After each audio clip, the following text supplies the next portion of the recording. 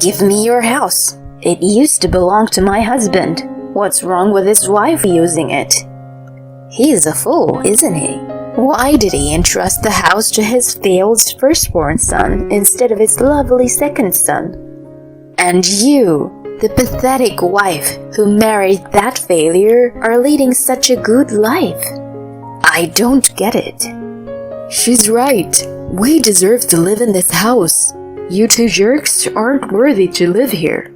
If you don't get out of here, we're gonna have to play hardball. Well, you'll just have to struggle through it and give up anyways. The house will eventually be ours. From that day on, my mother-in-law and brother-in-law started harassing me. They were not afraid to use any means necessary, and I finally couldn't take it anymore. Okay, I'll give up the house. They despised and talked bad about my husband, but I couldn't fight back anymore. I couldn't even protect my father-in-law's house. I was so disappointed at myself for not being able to do anything about it. My name is Nadia, and my husband is Derek. Derek's father was the president of a company before his death. He was both strict with his work and kind to his family, and he left Derek and I a luxury home where we now live together. Derek has taken over the company and became the president, and has recently started working abroad on his own for business reasons. The house was too big for just the two of us to live in, so Derek's absence has made it even more lonely. It is a beautiful house with a lot of rooms that my father-in-law left us. Every day, I was busy cleaning and doing laundry while sweating like crazy. Then one day, suddenly the doorbell rang. I went to the front door to see who it was, and there was Jessica, my mother-in-law, and Kevin, my brother-in-law. I have to admit that I didn't have a good feeling about their arrival. These two are the polar opposites of my father-in-law. Jessica is always defending her money, and Kevin was holding some kind of grudge over his brother Derek. I was hoping nothing would happen, as Jessica and Kevin made their way into the house without responding to my greetings. Jessica, stop! What's the problem? It's my husband's house to begin with. I don't like it when you act as if it's yours. Snickering and without any hesitation, Jessica began to explore all the rooms without asking, as if she had come to a viewing. There was no point in warning Jessica. She would never listen to me. I decided to speak to Kevin, who was with her. Kevin, would you please say something to your mother? No way. Kids have to listen to their parents, so I'm not going to do it. Kevin was just like Jessica, and he was amused at my annoyance. Okay, I've decided now. We're moving here. My mother-in-law said to me with a satisfied look on her face as she finished looking around the house. You've got to be kidding me. There was no way she could just show up out of the blue and move in here. No matter what she was, it was unacceptable. Don't be silly. Don't you have the slightest common sense? Raising my voice, I turned them away. How can you be so disrespectful to your husband's mother? What's with that attitude? Jessica was shouting the whole time I was trying to kick them out. Because of her behaviors, it wasn't obvious who was the victim here. I was so embarrassed seeing her so loud and not even caring about the neighbors. Derek isn't here, so what can you do on your own? Jessica gave a nasty smile and pointed at Kevin. Kevin, don't you do anything evil, okay? But do something to make her want to voluntarily leave the house. Roger that. I'll take care of it. Kevin nodded as if it were a matter of course, with a creepy smirk on his face. The two left that day, but there was no way they would stop with just that. I was anxious to see what they would do next, and as expected, the next morning they started to make their move. There was food waste spread in front of our front door. When I saw that they had also mercilessly dumped the waste on the flower bed that my father-in-law had cherished before his death, I was speechless. I managed to clean up the mess and repair the flower bed, but the harassment was just the beginning. I started getting silent phone calls in the middle of the night, and often all the contents of my mailbox were opened up. And to top it all off, there was a paper in my neighbor's mailbox stating that I was having an affair while Derek was away. The neighbor's wife told me that she had received several of these in her mailbox. She suspected the contents and reported it to me, which means there are many people who actually believe this and still keep quiet to me. Little by little, I was getting mentally trapped, and I was close to my limit. I didn't tell Derek because I didn't want to disturb his work, but after about a month of harassment, I finally called him and opened up to him about it. Derek was furious when he heard what I had gone through. Jessica and Kevin's reckless actions are nothing new. Derek is Jessica's stepson and is only half-blood related to Kevin. Jessica never cared for Derek as a son and treated him badly, favoring Kevin over Derek. So, it is understandable that they may feel that it is unfair that Derek is the only one who gets to keep a position in the company, the house, and so on. It is true that my father-in-law was more often on Derek's side than Kevin's during his lifetime. However, it was not just because of his favoritism, but because Derek was a person who put in a lot of effort. Kevin was a bit more cunning than Derek. He was often tempted to use the wrong move in order to get a good result and be praised for it. But his father had no intention of letting Kevin take over the company, as he was spoiled by Jessica, who praised him for his cheating. After his father passed away, the distribution of inheritance caused a complete breakdown of the family relationship, which led to the kind of harassment we have today.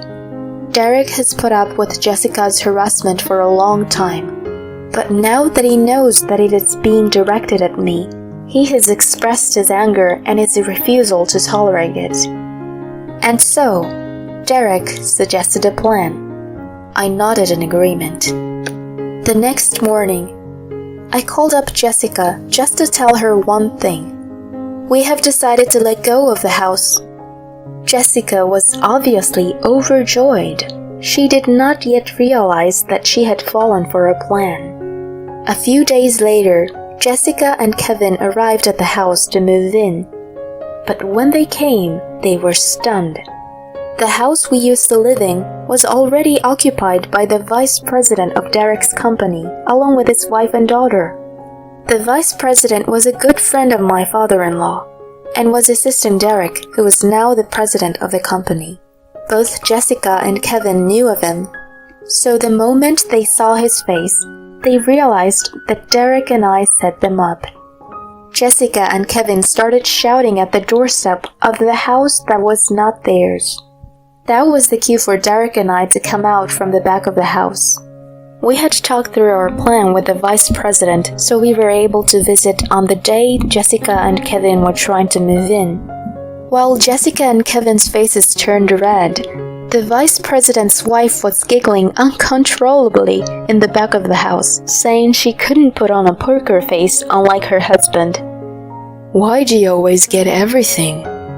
Unlike Jessica, who was furious, Kevin seemed somewhat sad. You're the only one who gets favored by Dad. It's true that he left me some money, too, but you got this house, and you're even the president of the company. It's not fair. It's not fair? He was looking out for you, you know. Derek scolded Kevin in a strong tone. You've been spending Dad's money like a fool, trying to impress everyone around you. He sent you to different kinds of lessons to get you to change your mind, but you skipped them. You even bought a ton of luxury brand goods for your friends there, just to get them to follow you, and you got all big-headed. And yet, he still shared some of his inheritance with you, because he still believes in you. Don't you think? You're going to betray him again? After that, the vice president placed his hands on Derek's shoulder. Then he stood in front of Kevin and started speaking gently. The former president talked about you all the time, that you're his lovely son, but someone had to be tough on you. He said that even if he doesn't like me in the end, I'll have to do it for my son's sake. Isn't he a wonderful father? When Kevin heard that, he fell silent. His mother was still ranting on about how much he didn't understand the situation, but it was Kevin who stopped her. Kevin led her home. I'm sorry, Derek. Kevin's voice sounded soft and gentle as he left with Jessica. In contrast to the reformed Kevin, Jessica could not give up on the luxurious house. Though Kevin no longer took part in the harassment, Jessica apparently broke in through a window alone while the vice president and his family were away. Since the house had security, she was immediately caught by the police. According to the report, Jessica was sitting on the sofa watching TV when the police rushed in, as if she owned the house. Maybe in Jessica's mind, the house really belonged to her. After Jessica was caught, Derek and I went to visit the vice president's house. Even though it was a consensual plan, a simple apology wasn't enough since the damage was done to the house we had given them. As I was talking to the vice president while handing him a gift of apology, the doorbell rang. The vice president went to the front door and brought in Kevin. I apologize for everything that happened. Kevin bowed deeply as he entered the room. He then told us about what he had gone through. Kevin had been raised by Jessica while feeling the pressure from her to take over as the president of the company. He had cheated in many ways to surpass Derek in some way. Jessica, who did not care about this process, began to praise Kevin for cheating, and it became natural for him to do so. A mother who praises and a father who scolds for cheating. Kevin, caught between the two unbalanced adults, became a distorted adult. And yet, in his heart, he still had his father's righteous teachings lying dormant. The current turmoil has awakened him. It was not that his father had abandoned him, but that he had not faced his father properly. Kevin was shocked to hear the vice president's words that day, and he could no longer turn his back on the differences between himself and his brother, who was the one who inherited many things from their father. This is how it ended up, but it was a chance for Kevin to distance himself from Jessica, and he decided to go on with his life and not to be controlled by her. And he decided to come here first. I wanted to apologize to the vice president for all the trouble I put him through, and to my brother and father for scolding me. I see. You're finally grown up now. But how did you know we're here? Derek looks at the vice president. The vice president smiles happily. I've followed your plan once, so I've got to follow your brother's plan too. I'm on both of your sides. Vice President, man, you've been helping me in my professional and personal life, huh? If my best friend's child says that about me, I couldn't be happier. Derek and Kevin talked for a while after that. Their previously distant relationship was finally restored like that of normal siblings. Derek, I'm going to do what I want to do from now on, not what Mom wants me to do. That's good. What are you going to do then? It's pretty cliché, but I'm thinking of backpacking abroad. I'm going on a journey of self-discovery. Backpacking abroad? I see. That would be a great experience. I'll be rooting for you. Derek smiled, nodded, and patted Kevin on the shoulder. Maybe, when we get settled, we can go visit our dad's graves together. Yeah, I'll be a better man by then. And then, Derek and Kevin parted ways. I soon got pregnant, and Derek decided to officially return as Kevin left the country, like they were taking turns. Although they miss each other like that, I'm sure their connection has become stronger than anyone else's. Kevin now occasionally contacts Derek. This must be a picture taken with some of the children he met. Kevin is smiling happily as he waves at the camera. It's hard to imagine that this is the Kevin I know. Kevin had always been interested in various cultures of the world. He seems to have realized the benefits of working hard and earning a living by working as an interpreter while traveling. Derek seemed happy to see that he no longer had to worry about Kevin. He's always been like this. This country must have been a very tight place for him. He picked up a photo Kevin had sent him and handed me one as well.